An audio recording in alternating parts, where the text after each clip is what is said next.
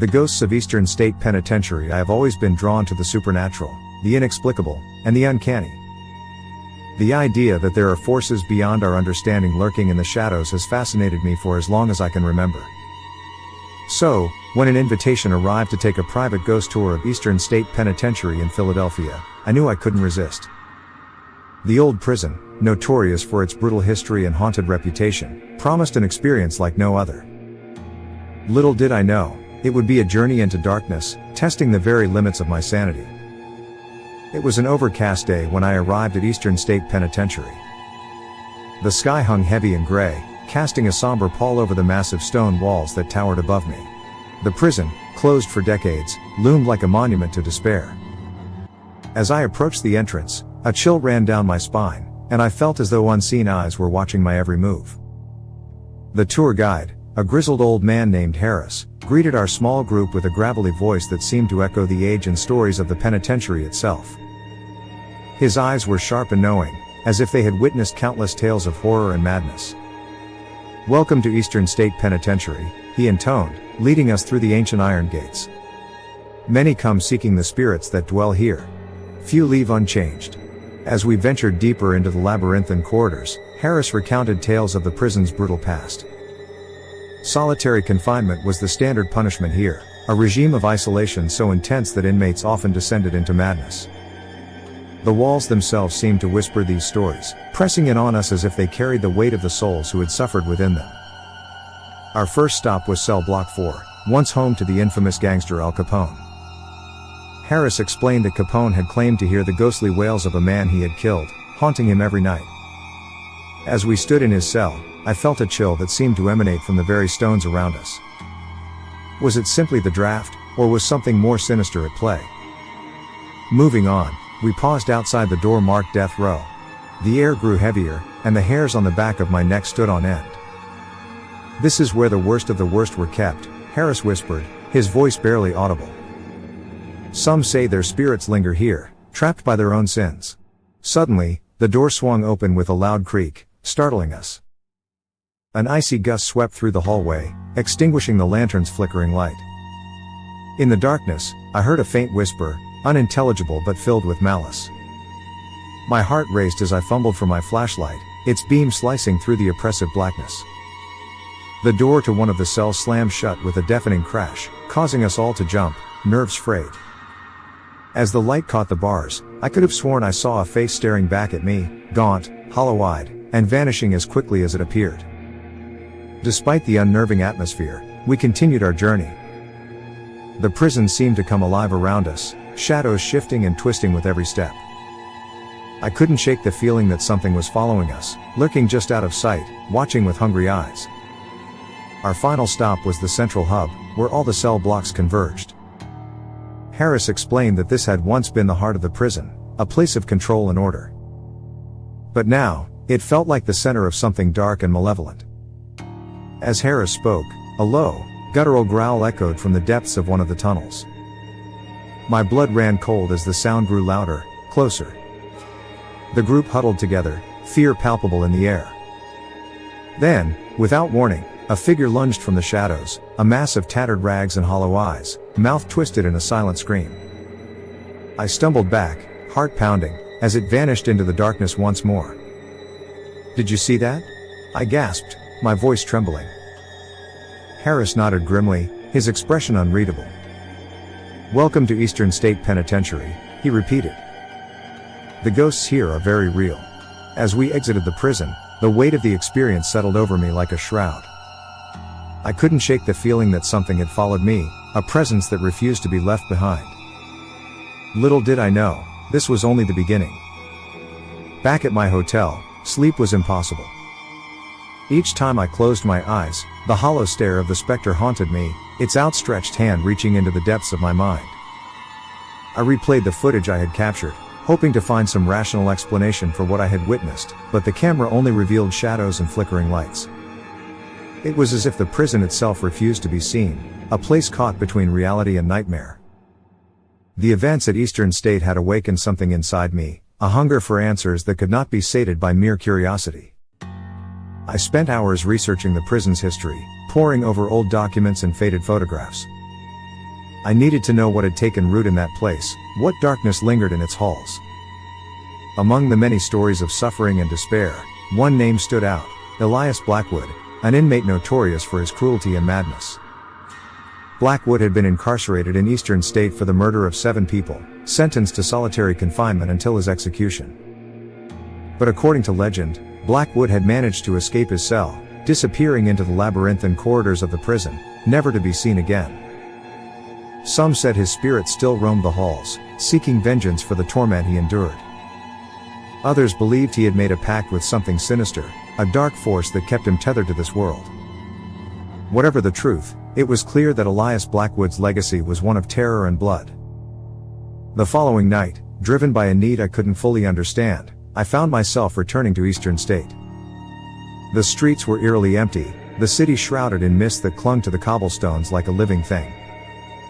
The penitentiary loomed ahead, its walls rising like a fortress against the encroaching fog. This time, I wasn't alone. As I approached the entrance, a figure emerged from the shadows.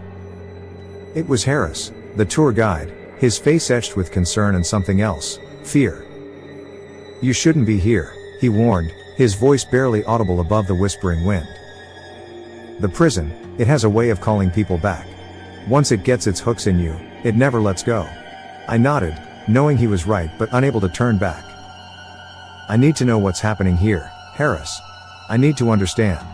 He hesitated, then gestured for me to follow him inside. "I'll show you something, but you have to promise to leave afterward.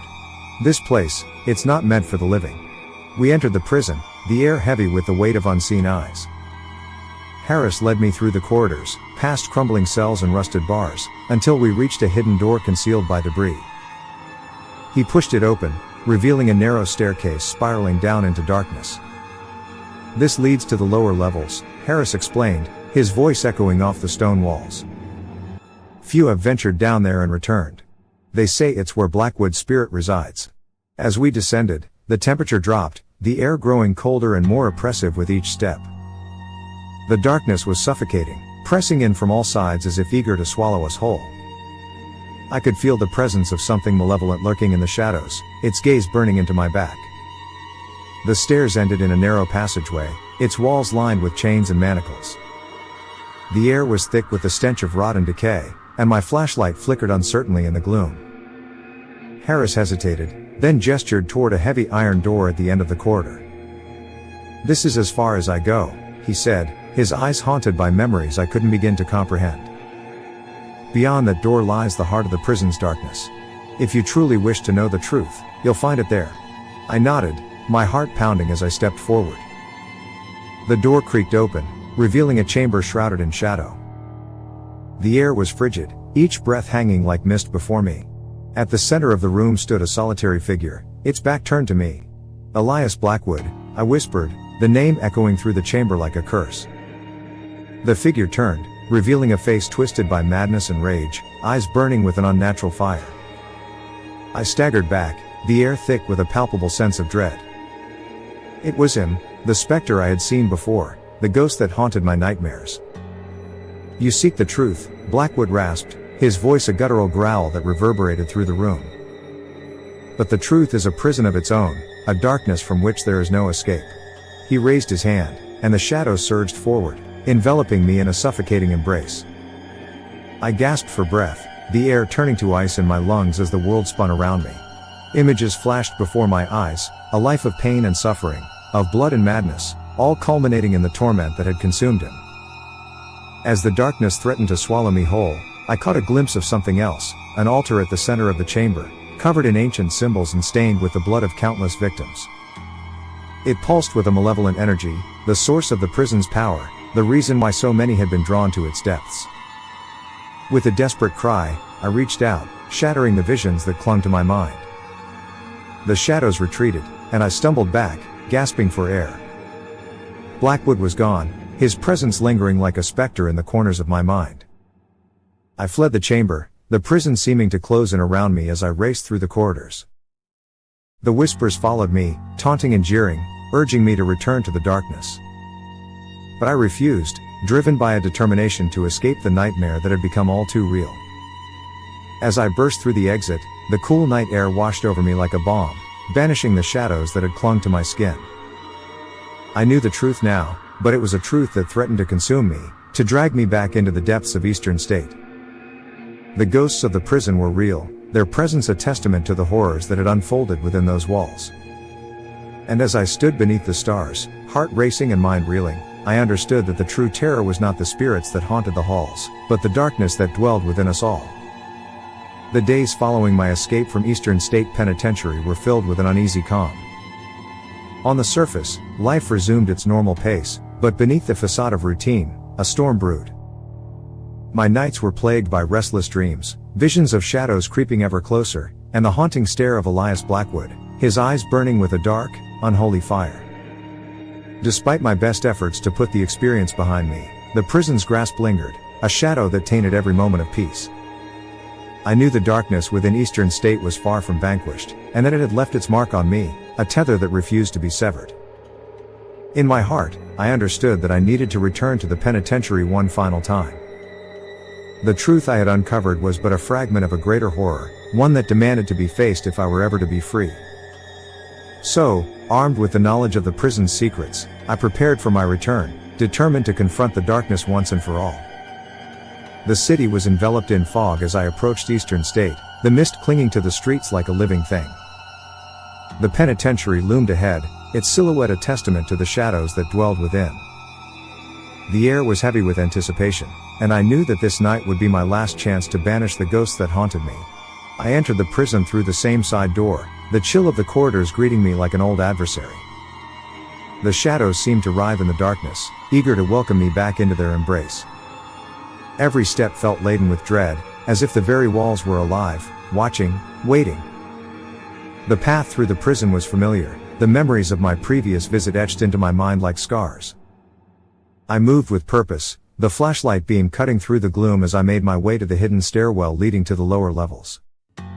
My heart pounded in my chest, but a steely resolve drove me onward. As I descended into the depths, the air grew colder, the silence more oppressive. The passageway felt different this time, the walls closing in like a noose tightening around my throat. Yet, despite the fear that gnawed at my resolve, I pressed on, the altar from my visions calling to me from the darkness. I reached the chamber once more, the ancient symbols and dried bloodstains unchanged, as if time held no sway here. The air crackled with energy, a malevolent force that seemed to pulse in rhythm with my racing heart. And at the center stood Elias Blackwood, his spectral form solidifying from the shadows. "You return, seeker of truth," Blackwood intoned, his voice a guttural growl that seemed to echo from the depths of my own mind. "But be warned, for the truth is a double-edged sword, and the darkness you face is not confined to these walls." I met his gaze, my fear tempered by determination. "You were bound here by your own madness, Blackwood, but there is something else, something that has taken root within these walls." "What is it?" He laughed, a sound devoid of joy or sanity.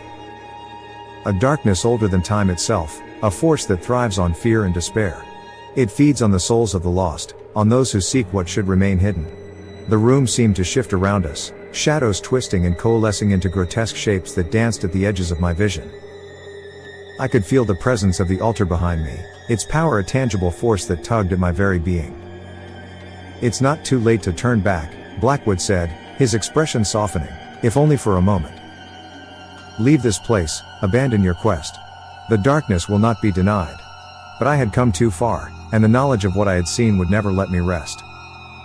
I had to confront the source of the prison's power, to break the cycle of suffering that held Eastern State in its grasp.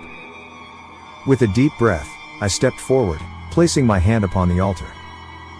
The symbols flared to life, a blinding light that seared my vision and banished the shadows that clung to the chamber. Pain lanced through me, a fire that burned with an intensity that threatened to consume my very soul. Images flooded my mind, visions of the prison's past, of inmates tormented and broken, of Blackwood's descent into madness. And beneath it all, a presence, ancient and malevolent, lurking at the heart of Eastern State, feeding on the misery that had seeped into its stones. But amidst the horror, I saw something else, a flicker of hope, a glimmer of light that had been buried beneath the weight of despair. It was a fragment of humanity, a reminder of the lives lost and the souls that had once inhabited these walls. Drawing on that flicker, I focused my will, channeling it into the altar, pushing back against the darkness that sought to engulf me. The chamber trembled, the very fabric of reality warping as the shadows writhed in agony. And then, with a sound like the shattering of glass, the presence was torn away, banished to the abyss from which it had come. The light intensified, filling the chamber with a brilliance that eclipsed the darkness. When the light faded, I found myself alone in the chamber, the shadows gone, the air still and silent. The altar stood cold and lifeless, its power spent, the symbols faded to obscurity. I turned to leave, the weight of the past finally lifted from my shoulders. As I ascended the stairs, the corridors seemed lighter, the oppressive gloom replaced by an echo of what had once been. The ghosts of Eastern State were at peace, their torment ended, their whispers silenced. But as I stepped into the night, I knew that the experience had left its mark on me. The darkness that had resided within Eastern State had touched something within my soul, and though I had emerged victorious, I could not shake the feeling that I had glimpsed a part of myself that would never fully be vanquished. In the distance, the fog began to lift, revealing a world untouched by the horrors I had faced. But as I walked away from the penitentiary, the shadows seemed to whisper a final warning, a promise that, though the darkness had been banished, it was never truly gone. For in the heart of every shadow lies a fragment of the abyss, waiting to be awakened. The end.